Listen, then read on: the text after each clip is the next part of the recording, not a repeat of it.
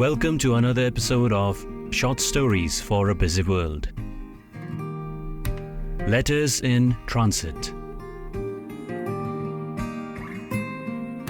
I remember William from our college days.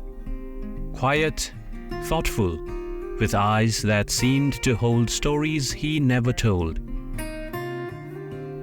We shared countless cups of coffee in that small campus cafe where he'd often sit by the window, watching raindrops race down the glass. It was one of these coffee sessions that he first told me about Samantha. "It's funny how life works, Jared," he said, stirring his now cold coffee. "Sometimes the most important stories in our lives begin in the most ordinary places." He was right. His story with Samantha began at a simple orientation program where, amid the mundane shuffling of papers and generic introductions, two souls found each other. I watched their story unfold over the years, like a letter being written in real time.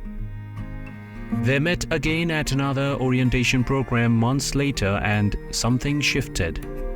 In an age where everyone was racing to embrace the digital revolution, they chose the elegance of handwritten letters. Neither had cell phones then. It was as if fate had conspired to make their love story more poetic, more tangible. William would often show me drafts of his letters to her, his handwriting betraying his excitement.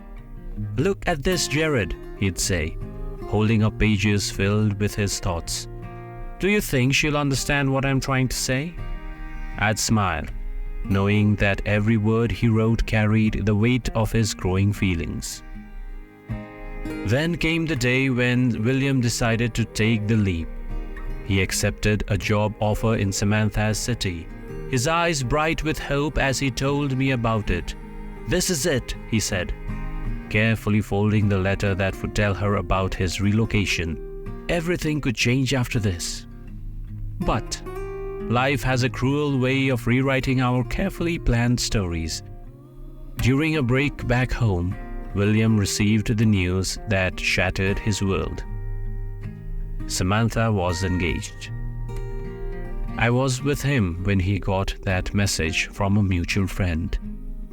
I watched as the color drained from his face, as his hands trembled while writing what he thought would be his final letter to her, a congratulatory note that carried the weight of unspoken dreams. Years passed like pages turning in a book we didn't want to read. Then one day, William called me, his voice carrying a strange mix of emotions. "She called me, Jared," he said. "After all these years, Samantha called me."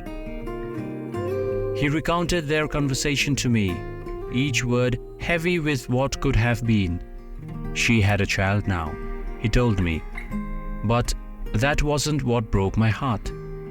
It was learning about her side of the story, how she had received his relocation letter and searched for him in every place he'd mentioned, how she had fought against an arranged marriage for a year, hoping to find him. Without his number, she had no way to reach him. The pressure from her family eventually won, and she married someone else. The cruelest twist came when she visited her parents.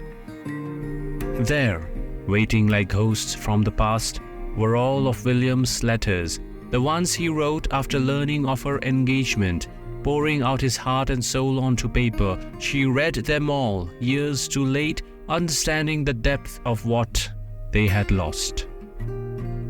"She's happy now," William told me, trying to smile. "Her husband is a good man, and she has a beautiful son." But I could see the pain behind his attempted cheerfulness, the weight of timing that had robbed them both. Sometimes I still see William at that same cafe, sitting by the window. He doesn't write letters anymore, but I catch him sometimes, watching the rain with that familiar far-off look in his eyes. I wonder if he's thinking about those letters, about the words that arrived too late, about the love story that got lost in transit.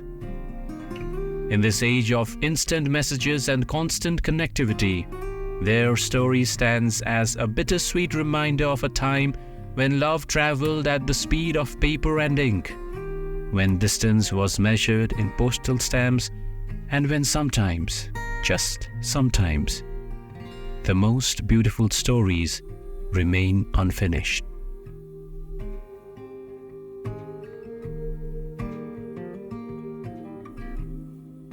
Letters in Transit by Christian McGough.